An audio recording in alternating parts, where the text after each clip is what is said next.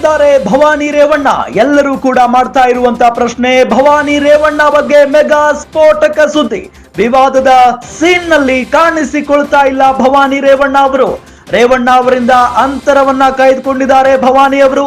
ಗಂಡನ ಮನೆಯಿಂದ ಭವಾನಿ ದೂರ ದೂರ, ಗಂಡನ ಮನೆ ಬಿಟ್ಟು ತವರು ಮನೆ ಸೇರಿದ್ದಾರೆ ಭವಾನಿ ರೇವಣ್ಣ ಅನ್ನೋದು ಗೊತ್ತಾಗ್ತಾ ಇದೆ. ತವರು ಮನೆ ಸೇರಿದ್ದಾರಂತೆ ಭವಾನಿ ರೇವಣ್ಣ.